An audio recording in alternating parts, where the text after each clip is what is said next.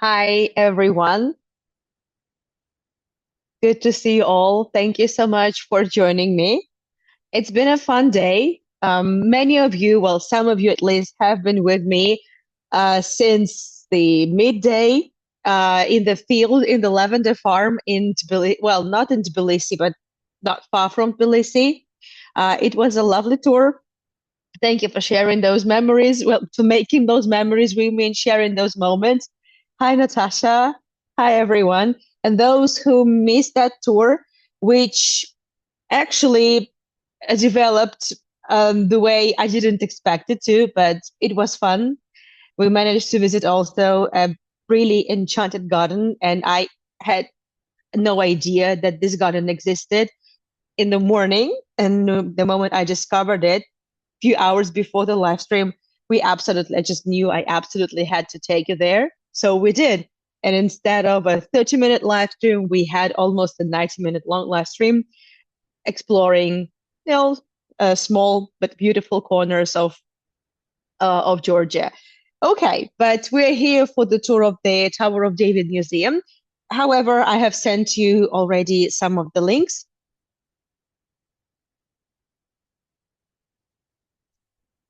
I see, Sharon. That's okay. I totally understand. That's fine. And yet, thank you so much for finding time to join my tours. It means a lot. But I hope I'll be able to take your mind off things at least, well, as much as I can.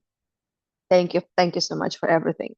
So, I've shared some of the links. For yesterday, I did a very nice live stream. We did a very good tour with the local artists in Tbilisi from the rooftop exhibition and market. And today we had lavender and we had beautiful garden. I think this is just a really lovely combo. But we are wrapping this weekend up with the Tower of David Museum. So I will start as usual with a little recap for two reasons. Because some of you well, may have not seen the previous episodes, which is okay. But I still want us to be, let's say, well, kind of at least to fill everyone in and give a little recap, because also those of you who have seen the previous episodes, you don't have to remember everything. There's just no way you can just keep it all in your head. Why would you need that? So here I am. And just in case the next episode for the final episode for the Tower of David Museum it's already scheduled, same time next weekend. That's basically it. So just be keeping the chat off. Give me a minute. Yep. Okay.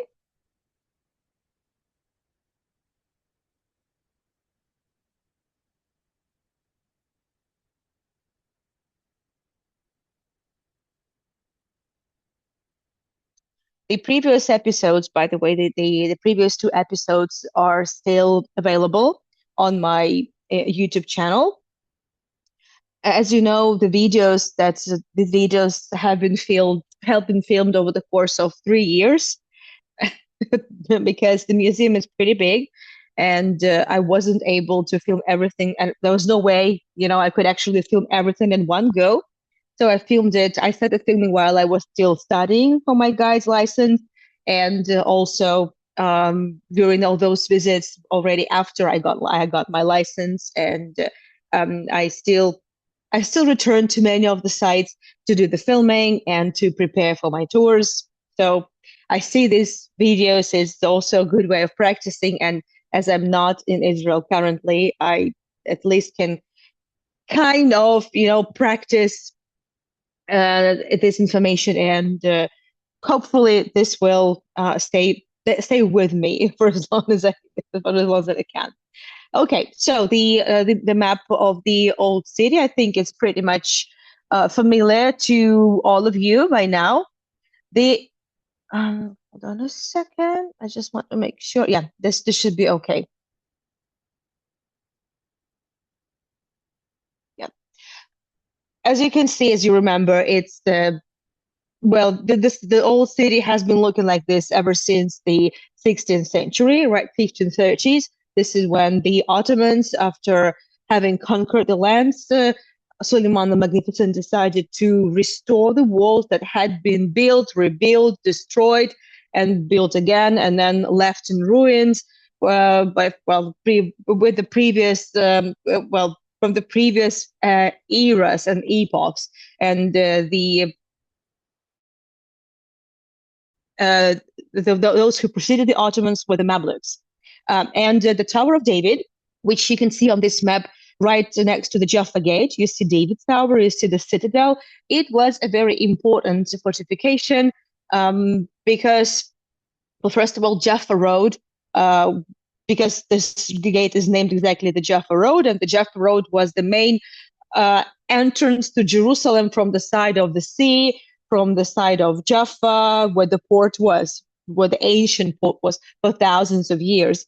So obviously that direction would be important. A lot of visitors would be coming to Jerusalem, pilgrims, who wherever it was, just from the side of the Jaffa Road. So it needed obviously good control. It needed a fortification, and also because we know that the terrain of Jerusalem is very uneven. Jerusalem is located on the mountains, and it was very important to have a very good overview of the city, making sure that every bit of the town, every area of the town, every corner was seen, and everyone approaching the old city would be noticed. And the Tower of David, well, that area, the citadel that located had been the very first citadel that had been located there, is way older than that from the times of Herod. So, but we will talk about it, obviously. Just some old photographs of the Jaffa Gate. The Jaffa Gate obviously hadn't always looked the way it looks now, with this with the big opening that was left for us by the Ottomans, who really wanted to see Kaiser William II, and Kaiser wouldn't want to get off the horse and just enter the city through the regular Jaffa Gate. He just wanted to stay with his entourage and enter the city on the horse. The Tower of David had already been there. The Tower of David has seen it all, but it never saw King David, that it's named after. Just to, let's say, I'm saying it once again, please bear with me, those who know it, but I have to say it again. So the Tower of David has nothing to do with King David. King David never had his city in this part of Jerusalem. We know where the Tower of David is, and we will be talking also about it.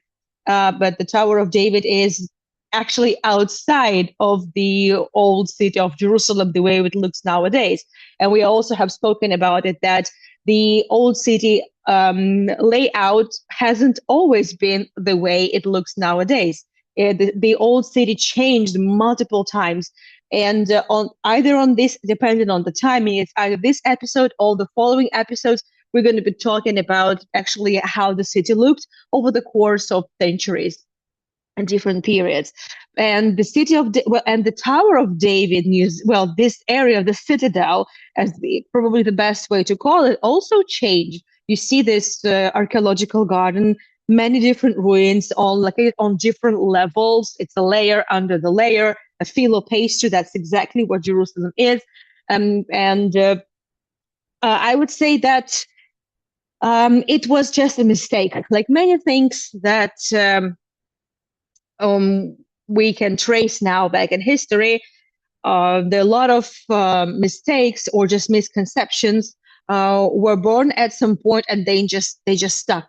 I'm talking about the Tower of David in the Byzantine period. We're talking here, like, well, say 5th and the 6th century. The pilgrims arriving to Jerusalem saw a tower and a tower of the citadel, and they mistakenly thought that that was the Mount of Zion, and they were sure, which is, we know it's not exactly true, that Mount Zion stood the palace of stood the Tower of David, the city of David and his palace.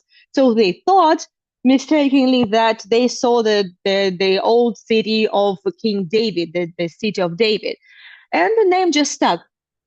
Well, it stuck. What can I say? And and we now know that the citadel, which we refer as the Tower of David, well, the way it looks nowadays was first built in the first century BCE by King Herod. We associate it with King Herod for sure. And what kind of towers are we talking about? Well, we're talking about the big watchtowers, which granted a very good overview of the city because that was important. And now I am standing exactly on that very spot, on the highest point of the city of sorry, not the city of on the highest point of the citadel. And you see what I'm talking about. I can see the old city very well. I can see what's outside of the old city. So technically, just imagine any watch guard, any warrior. Look at this view. Obviously, um, again, I will remind you that you nowadays people also mistakenly associate the Tower of David with the tower of that minaret. You see that white tower? This has nothing to do with David at all. This is a minaret of a mosque. And well, given the fact, and we'll be talking about it today, actually, we'll start with the room, that gives us a sort of Islam. So we know that Islam was born in the 7th century, and shortly after Muhammad passed away, the Islam came to the Holy Land, and when this citadel, the Byzantine control, the Christians lost control of the territory. That was it. So the area was given to the Muslims. And then after the Muslim period, the Crusader period came in. I'm largely now just giving a very, I would say, general things, general facts very quickly.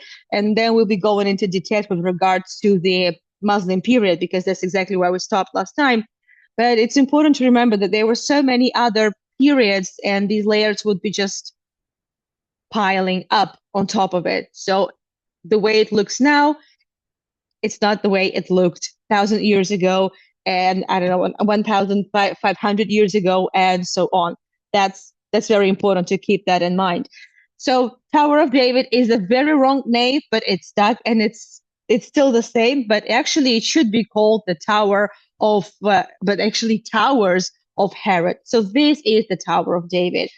We know that there were 3 towers. We're not sure which is which, but it's either the Phasael Tower or the Hippicus Tower. We don't. Well, there are, a little.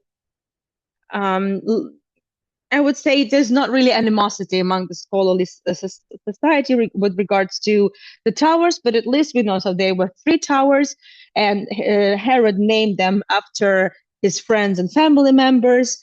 We know that Miriam the Tower is no longer around. Miriam was his second wife, but what's left of the Phasael or Hippicus towers can be seen even nowadays. You just need to know where to look at it, and we know now where to look at it. We need to look for the rectangular, regular stones, very firmly, regularly cut. So this is the I would say the feature of Herodian architecture. Just the same stones we see in the bases of the Wailing Wall. But we've already visited a lot of rooms inside. We've already walked around the archaeological garden, so I'm not going into details here. Otherwise, we never finish. But I would like to go to the room where we stopped last time. And also, as we go there, I would like to remind you that the rooms we have seen are the former casemates, are the former storage rooms, and the rooms where the guards of the fortress of the citadel used to live. And no matter who owned these lands, no matter who ruled this corner of the world, this was an important fortification, because this is just such a strategic location, and there's, well, it would be such a waste, of land not to use it. It would be very, very promiscuous not to use it. And this arch obviously wasn't found the way it looks nowadays. It was all recovered, restored, and placed for us. And there are so multiple levels here.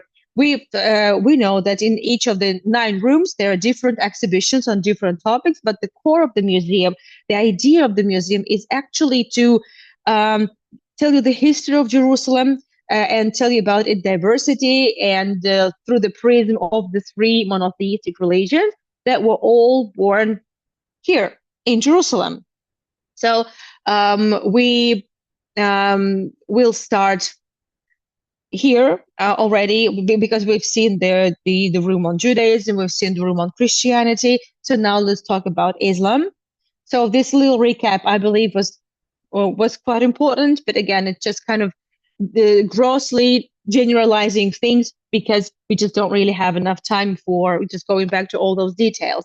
So Suleiman the Magnificent, the Ottoman Empire, the Ottomans came in 1517, and so 1534, Suleiman the Magnificent rules to restore the walls of the old city, and the citadel had been occupied by the Ottomans even before the walls were finished. And in that particular room, and this is exactly the room above which the minaret towers, that's the big tower, right? So this room was used as a mosque, and it has been used as actually it had been used as a mosque, as we now know, even before the Ottomans. So what are the significant, how do we know that this room had been used as a mosque way before the Ottomans came? Pretty easily. So we have these stone plaques, so-called address. They pray. Usually this type of stone plaques can be found in mosques or some important Muslim and institutions, historic buildings. Usually it will be praising the founder or the donor. And we know that the lower, the bigger stone comes from the Ayyubid period. That is the period that preceded the Mamluks. That's early 1200s, the very end of let's say the very end of the 12th century and the 13th century Common Era. So this room, let me just go back here for a little bit. So how do we know this is a mosque? Because we see the wall with the praying niche, and the praying niche is always facing Mecca, right? The holy city for all Muslims, the birthplace of the Prophet Muhammad. Then next to it, you see the minbar with the steps. That's the elevation from where every Friday Imam would be carrying out the service. And the mihrab, this praying niche you see next to it, would always be placed in the wall, and this complex is kind of called the Qibla, and the Qibla is always facing Mecca. So that's I would say a very important thing to just mention once again, just in case. And this room has different attributes related to the Muslim period in the history of Jerusalem, the first Muslim period. So it's the 7th century, obviously, when Islam was born, and shortly after came to Jerusalem. And then it finished with the arrival of the Crusaders in 1099. And then it's started again in the end of the 12th century, after Crusaders lost their control of Jerusalem, but not completely left the Holy Land. Here, for example, we see this interesting exhibit, the direction of Qibla, the compass basically that showed directions to Mecca, the directions of the Qibla. This type of I just take photos of the explications. This is just a very interesting notion. And these type of compasses could be found all around the Ottoman Empire. This type of compasses could be found also with all the pilgrims, and for every Muslim, it's very important to make a Hajj, right? To make the pilgrimage, and this type, and since Muslims pray 5 times a day, and by the way, this understanding, this idea of praying 5 times a day is really tightly connected to Jerusalem. So these type of compasses were essential, and usually, well, they were works of art. They usually were nicely decorated, very often made from precious materials, and they're not so easy to find, by the way, in museums. So also providing, some dates here so you could just kind of see it as a text, because for many, it's best to see the information than just hear it. But the important things are that to Jerusalem, Islam comes in 638 Common Era. And that's how the Byzantine period and Byzantine control, Christian control to Jerusalem was lost. The important thing to know is that the Temple Mount during the Byzantine period was, we don't know 100%, but it's mostly likely that the Temple Mount, there had no longer been the Jewish temple, well, starting from year 70 AD, when the temple was destroyed by the Romans. And it is believed that under the Christians, the center of the religious life and spiritual life would revolve around the Holy Sepulchre Church. We know that. So the Temple Mount, the Al-Aqsa Mosque, and the further construction of the Temple Mount actually started at the very end of the 7th century, early 8th century Common Era. That's important to remember.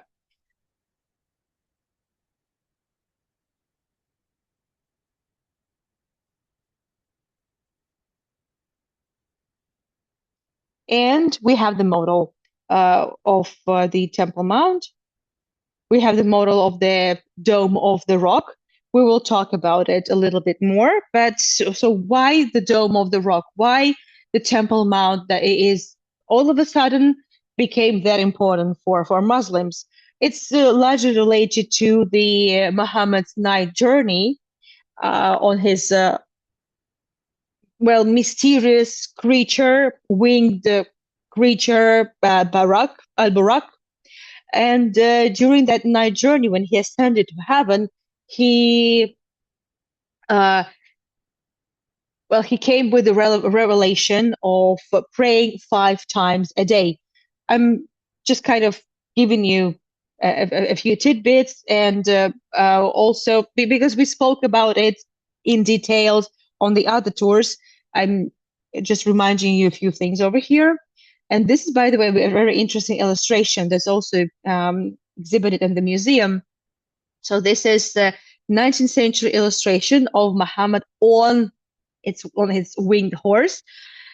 There you don't see the faces, right? Especially you'll never see the face of Muhammad, because obviously the faces of the religious figures of prophets are not painted. We can see that.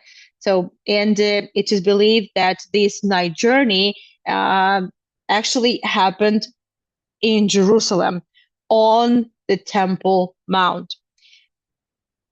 The Dome of the Rock stands here, built on top of the foundation stone.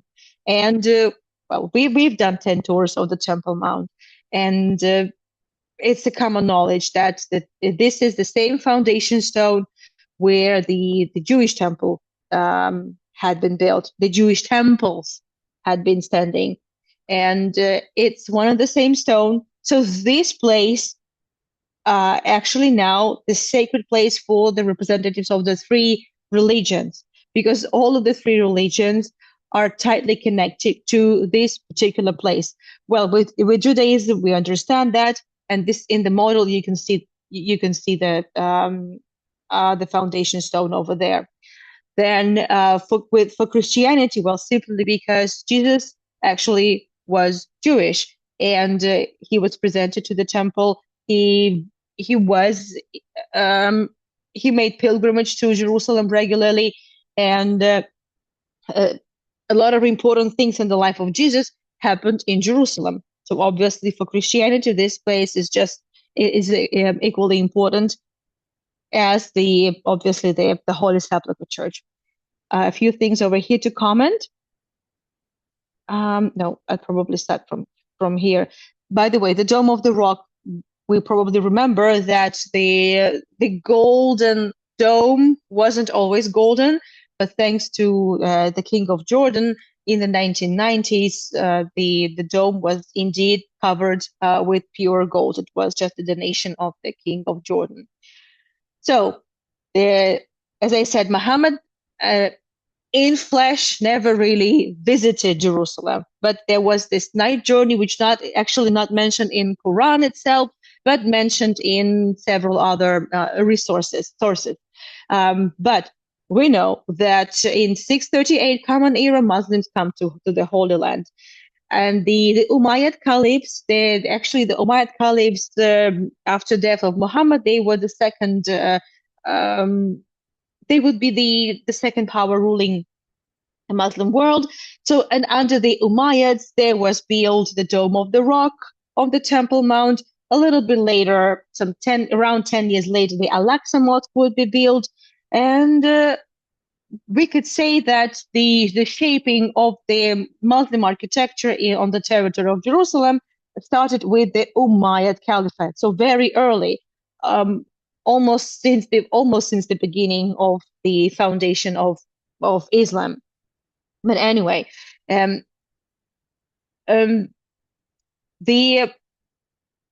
in the museum, as you probably remember, a lot of exhibits.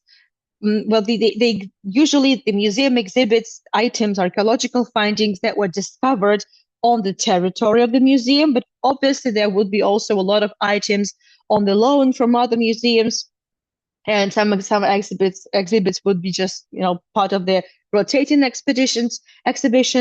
We have some interesting things on display here. I think this one is actually permanently the maps of Jerusalem and the maps of the Temple Mount, obviously in Muslim context, and also because of this night journey of Muhammad, Jerusalem became a very important site. It's the third most important site for Muslims, and it was also part of the big pilgrimage. And since the Hajj, the pilgrimage, is a very important notion in Islam, very important for every Muslim, and I would say fully fledged and righteous Muslim has to make a Hajj at least once in their life.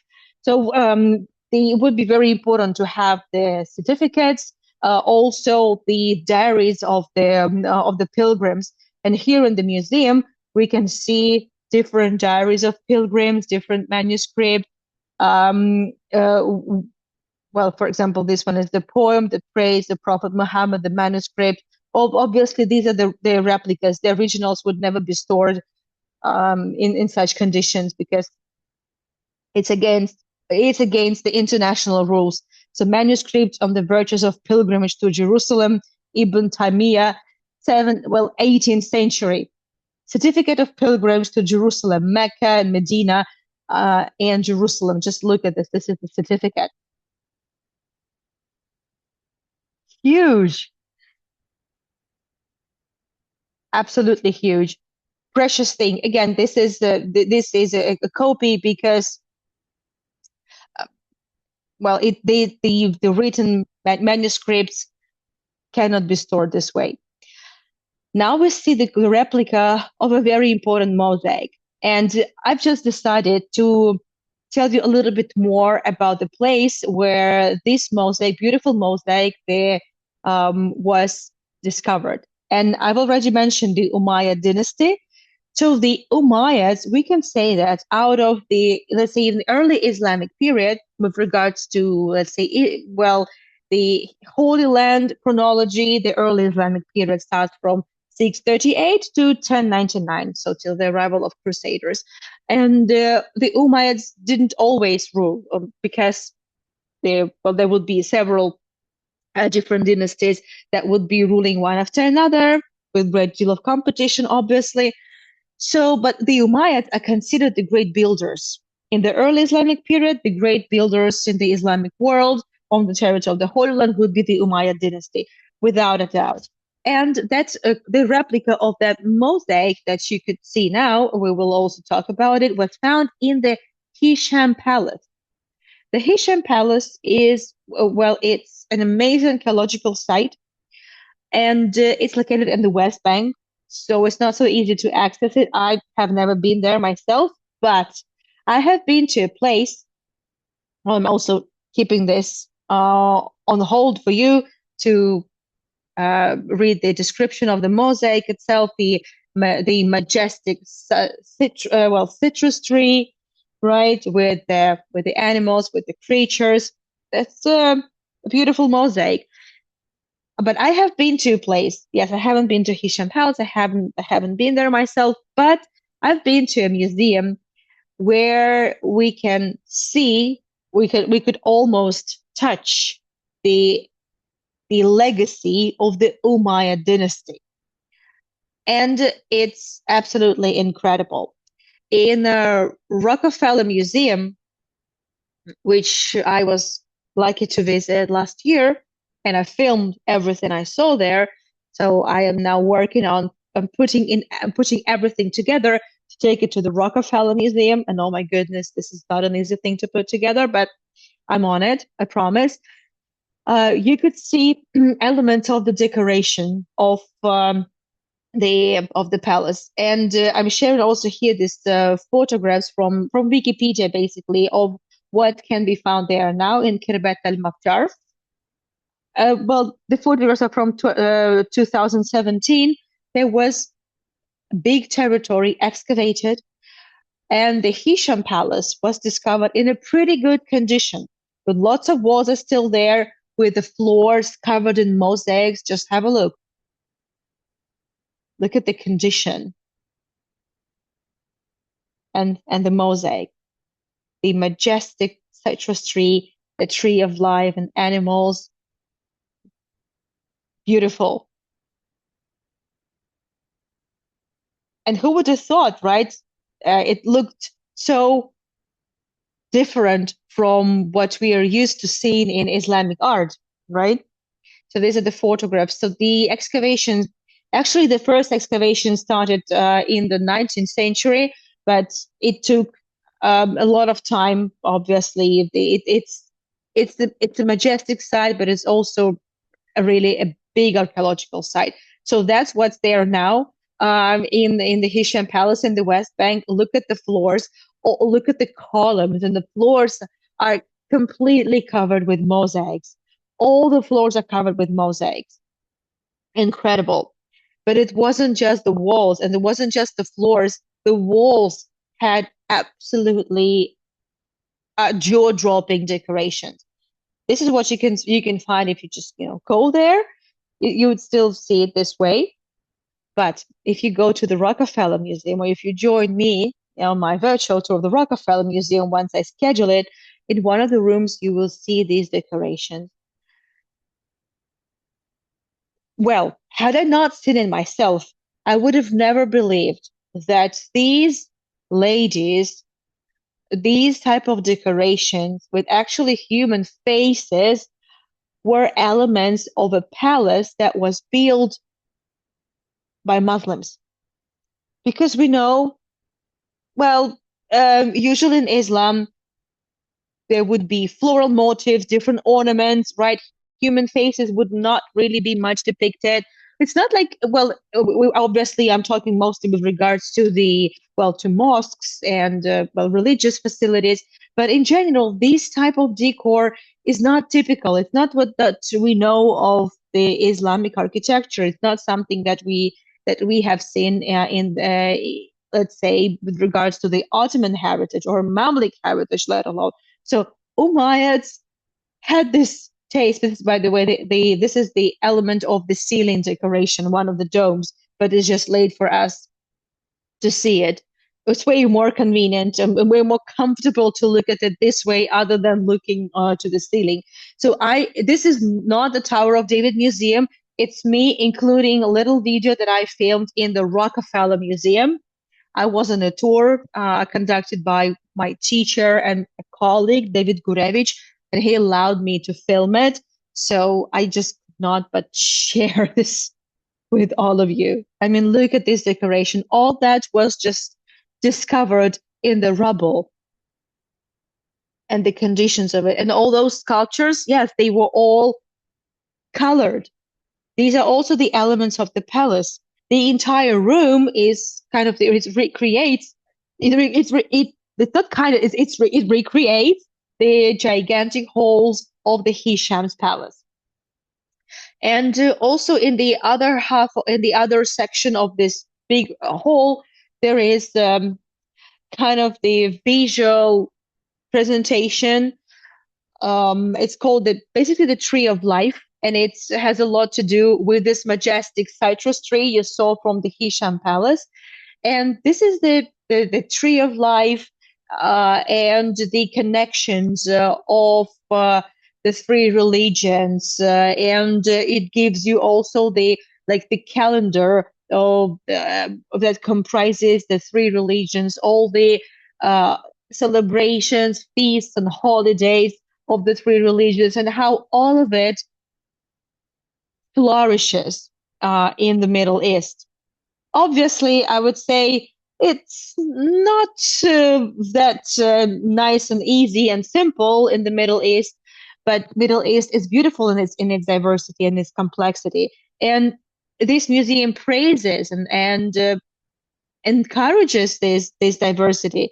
So that's what I love about it.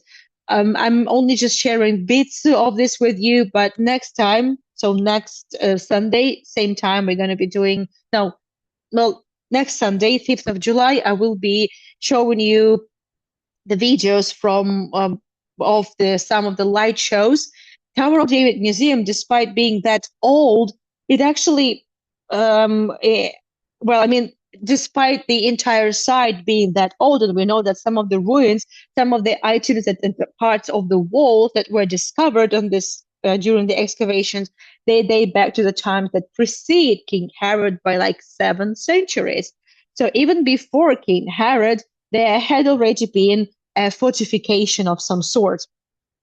So despite being that old, the museum employs all state-of-the-art technologies, and it also has several light shows outside and also inside. I will be sharing bits of it that I also was able to record. Towers of David, well, Towers of Herod, but it's not even the Towers of Herod anymore, because on top of the Herodian stones, obviously other civilizations would build something. So, but yeah, we just call it Tower of David, but we know it's not really about David. Also, if you look outside, well, through this, slits, you will see this interesting site. It's kind of confusing. It's not really the territory of the citadel. It's like beside the citadel. Yet it's not really part of the old city, and you cannot really access it from the old city. You can't access it easily from this side, because there is a separate entrance to the area, and it's called the Kishle. The Kishle, actually, this is the word from Turkish. It goes back to, actually, its roots go back to Arabic. Basically, Kishle is a sort of the guarded area, military outpost, or prison. At some point, one even could translate it as a police station. That's exactly what that building was under the Ottomans. And this is a kind of a separate tour, a separate exhibition, which I'll talk about next time. But in a nutshell, that's just kind of giving you a little, like teasing you a little bit of what we're going to be seeing next time as well. But I'm not taking you there because technically this is not the part of the citadel, and we still have something to see in the citadel itself. So we're moving on. And as we go, also you see this big rounded part to the left. This is one of the turrets that was built here in the Crusader period, but later on was destroyed. There is a room also devoted to the Tower of David itself, and it also features different items. It features the findings that the artifact that were discovered on the territory of the Tower of David, and they also give you a little bit of the chronology of what the citadel looked like and Jerusalem looked like over the course of this 3,000 years, basically. So in this room, we have this, and I think it's quite important because I've been talking about this so many times. Look how Jerusalem has changed over the course of centuries, and it hasn't always looked the way the old city hasn't always looked the way it looked. It looks now. So there we go. So we have this, timeline. I mean, look at this period, right? So the Canaanite period and just the arrival of the tribe of Judah to Jerusalem, just a very, very small neighborhood, very small city that belonged to the Jebusites. And then King David conquers it and builds his palace, right? But not the temple. King David did not build the temple. Solomon built the temple. So, and when Solomon built the temple stood till 586 BCE. And under the Solomon, and then during the first temple period, Jerusalem started to grow actually to the side where the old city is located now. So what you see here to the left, this is the temple. The very first part, this is actually this city of David. And then what has just been added, this is the old city of Jerusalem. Well, it's as close as it gets to the modern city of David. Then temple was destroyed, rebuilt again, right? The second temple period, and we see how Jerusalem outline changes. We already see the Temple Mount enlarged by King Herod, as you probably remember. We already see how the old city had grown, and then it started to expand, and it was expanding and expanding.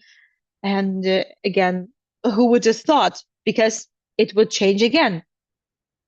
So the 70th, 324. So this is still under the Romans. We know that in the 2nd century, Jerusalem, the way the so-called the Jerusalem of the Jews was destroyed completely and rebuilt into a pagan city, right? We know that, the Aelia Capitolina.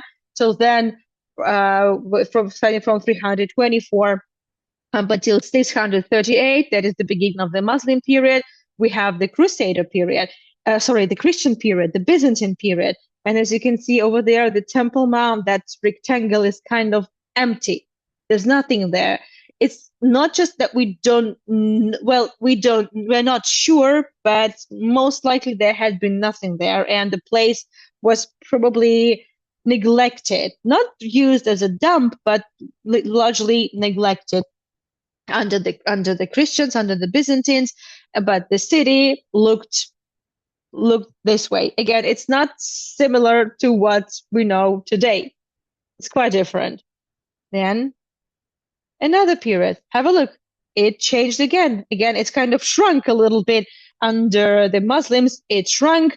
And then you see the construction of the Dome of the Rock in the center of the Temple Mount, and a little bit to the left, the Al-Aqsa Mosque, and how the city of Jerusalem had shrunk. Well, I'm saying it's the old city of Jerusalem, but that's the only Jerusalem there was. So I'm kind of, well, it wasn't called Old Jerusalem. It was just called Jerusalem. Just this. But well, it's just a little, I would say, habit. Then under the Crusaders, so in the Crusader period, that's what it looked. The Crusaders controlled Jerusalem for almost a century, and then they were ousted by the Ubayds, by another Muslim dynasty, and they but however they were allowed to stay under on the coastal plain, and even Christian pilgrimage was allowed under the Ayyubids until 1260, until the Mamluk period started. Well, Mamluks were big distractors. On the one hand, they destroyers. They destroyed quite a lot, but also they built something different. Again, some we have some vague understanding that a lot of walls were destroyed and actually not restored, or were restored in a different way. You see how the outline has changed just once again. Um, well, it kind of maybe partially actually reminds us of what we have today. And then in 1517, the Ottomans come. And then the Ottomans took what had been left for them by the Mamluks and built the Jerusalem, that part that we actually call the Old City today. And then during the Mandate period, Jerusalem, and even before the Mandate period, so the second half of the 19th century, things started to change and grow quickly. The first neighborhoods outside of the old city walls, and that's what we have today. So I think, well, I try to keep it simple and not to get into too many details, but that's just, important to understand how Jerusalem has changed over the centuries. And I think it just gives you very good understanding. And the citadel also changed, of course. And you've seen all this archaeology in the archaeological garden, it has changed. So, for example, in the Second Temple period, that is the Herodian rule, that's what the citadel looked. We also know that along with the citadel, a little bit behind the citadel, which is now closer to the territory of the Armenian quarter, right? Also, Herod built himself a palace.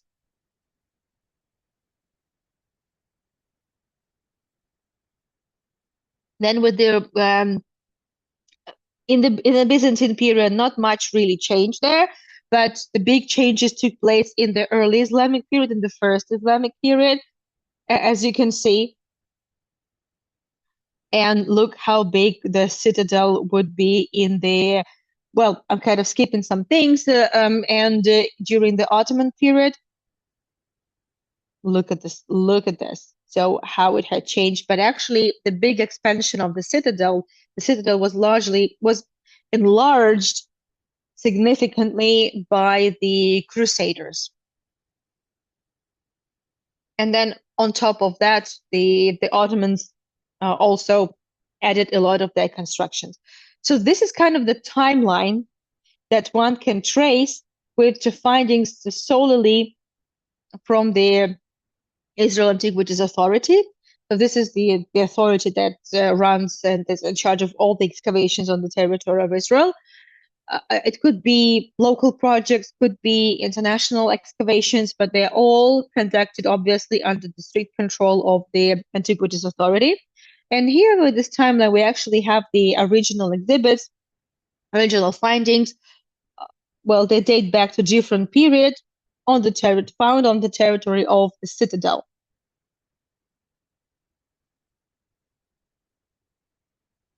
By the way, it also has this beautiful icons denoting every period.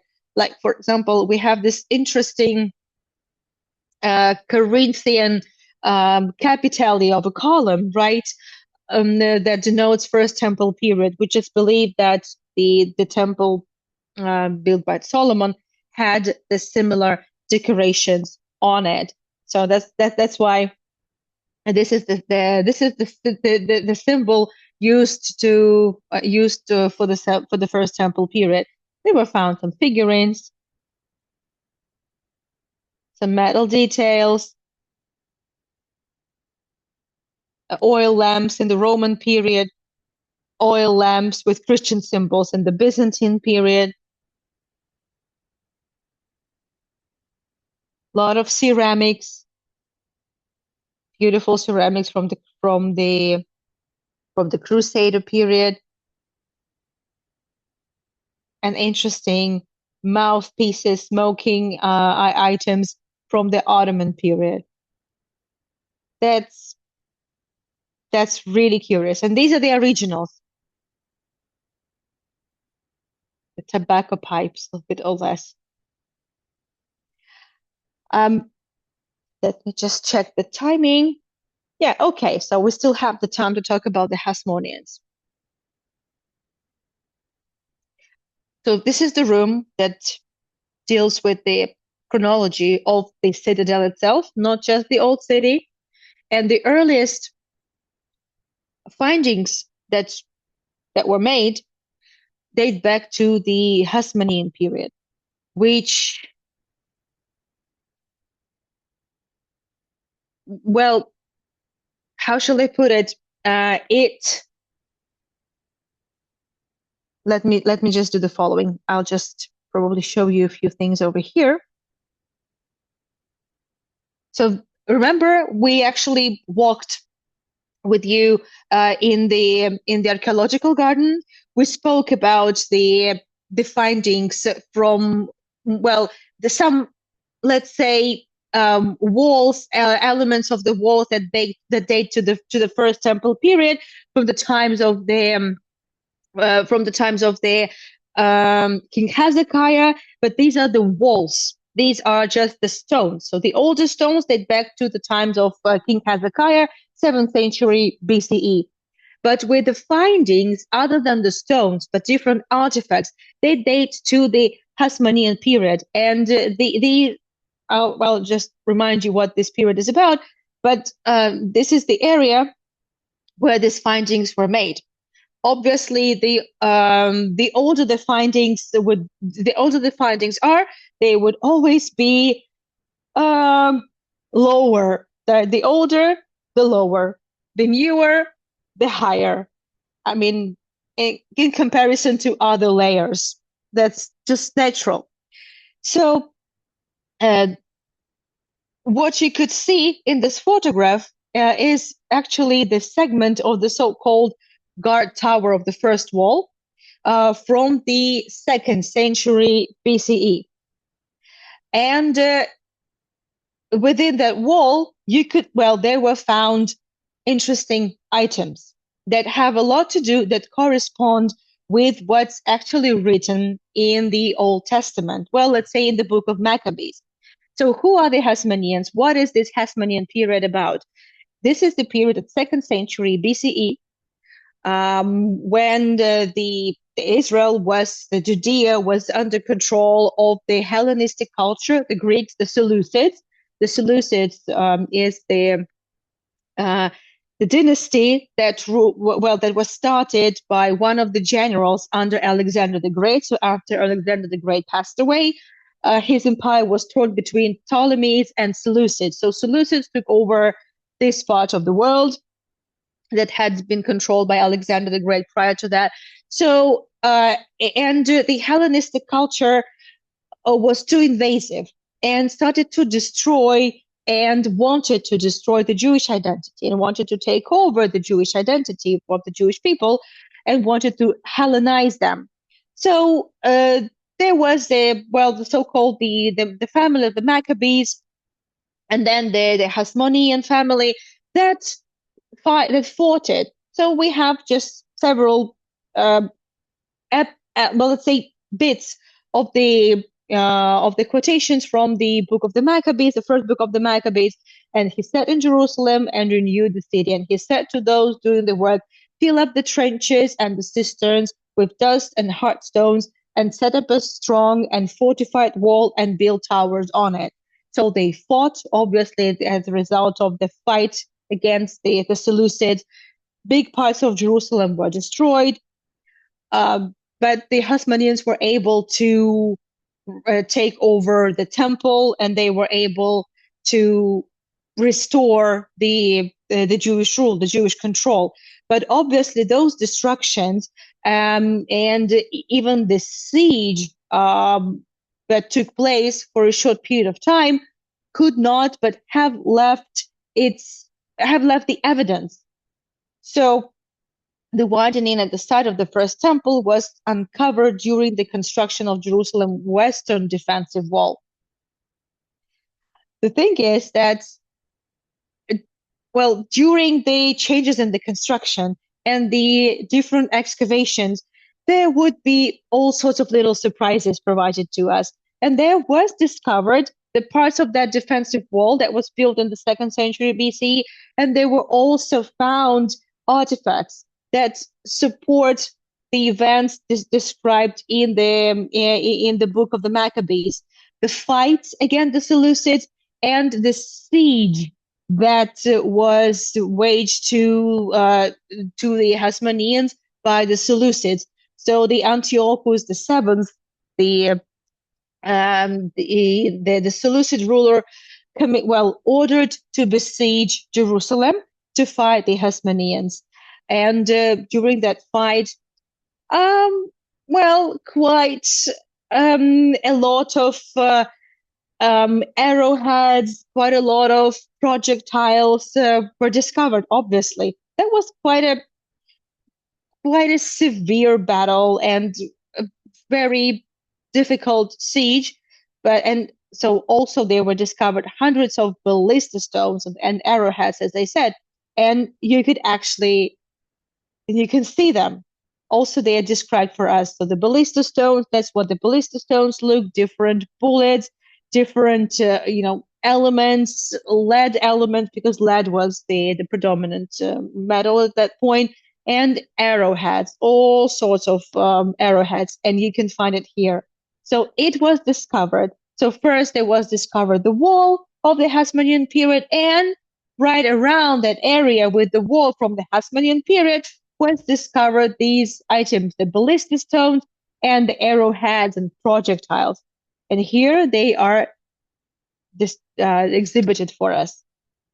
I find this absolutely fascinating. And that's important because there is extra biblical evidence that completely proves, supports things written in the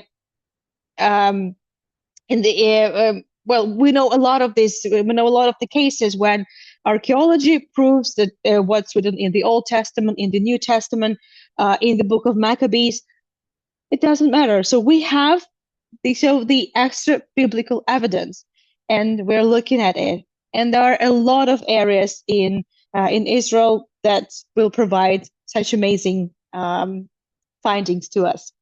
This is where we wrap this up. The next episode on Sunday, July 5th, going to be the final.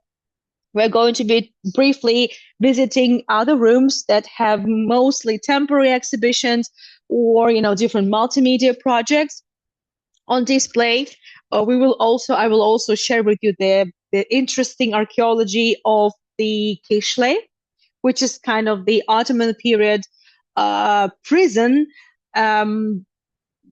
kind of outside of the citadel itself. So that's why I didn't really go into details about it today. And also I will be showing you a few more things. And today I also took you for some reason, I wanted to show you the beautiful decoration of the Hisham Palace. So I've also taken you a little bit for a short visit to the Rockefeller Museum. Okay, the chat is on. Let me know if you have any questions.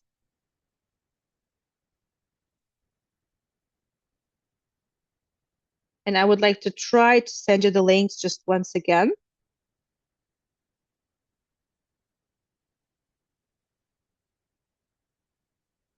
Okay, yeah, there you go.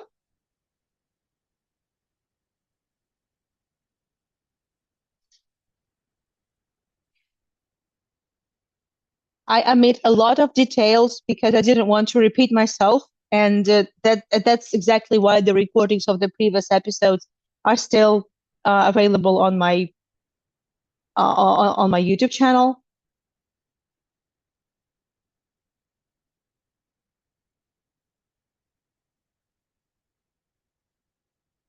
Yes, Sharon, that's I think when it's just done in this very simple, very visual format, it's very clear.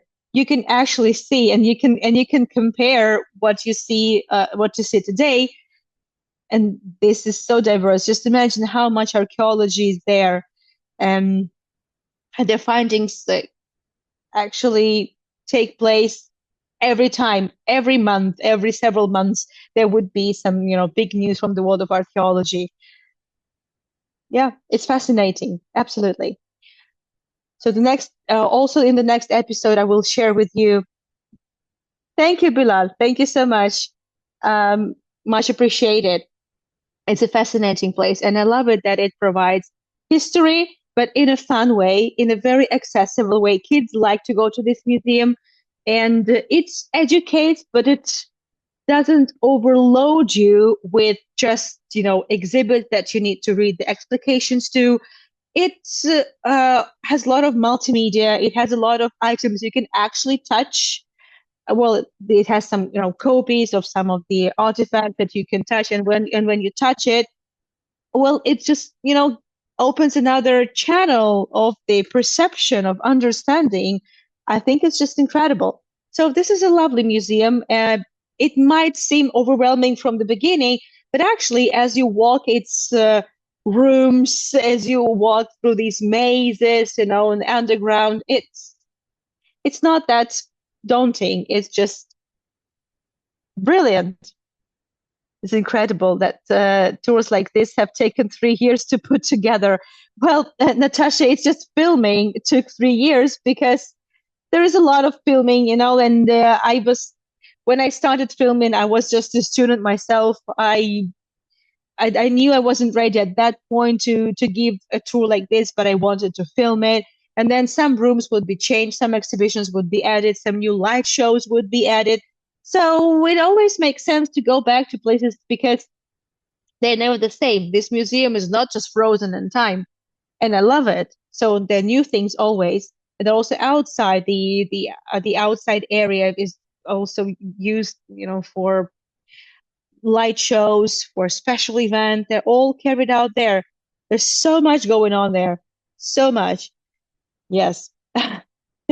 Yeah, so over the course of these years, and I actually wasn't even able to film everything. I also had to ask my colleague to film a few things for me. I couldn't do it myself even. So yeah, there was a lot for sure. And I'm pretty sure that next time I go to Israel, I will go there again, and there will be something new on display. You have been to two light shows there over the years. Yes. And there is something new again, by the way. I haven't seen it yet.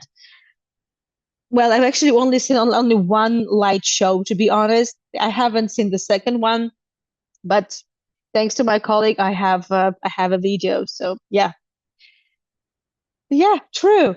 And the Kishli also has this interactive exhibition of things that it's not that easy to access it, but yeah, a lot of things. Thank you so much, everyone, for joining me.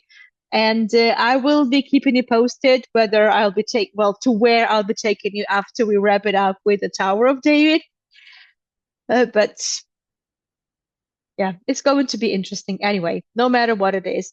I might take you elsewhere before I take you to the Rockefeller Museum. Rockefeller Museum is difficult in many ways, and it's just pure archaeology. It's amazing, it's gorgeous, if you think that the Tower of David is overwhelming, Rockefeller Museum is, and the problem with the Rockefeller Museum is that it doesn't really have explications. It doesn't have the catalog you can use.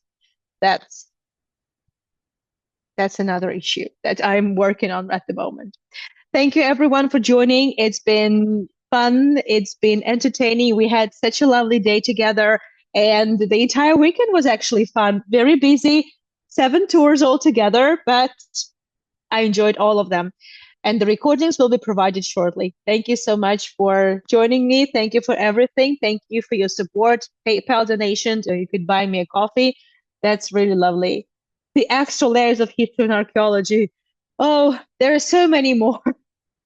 So, but the rest I'll be talking about next time. Also, I'll be talking about I would say how the Tower of David actually became a big symbol of the new state of Jerusalem, of the united Jerusalem. That's interesting.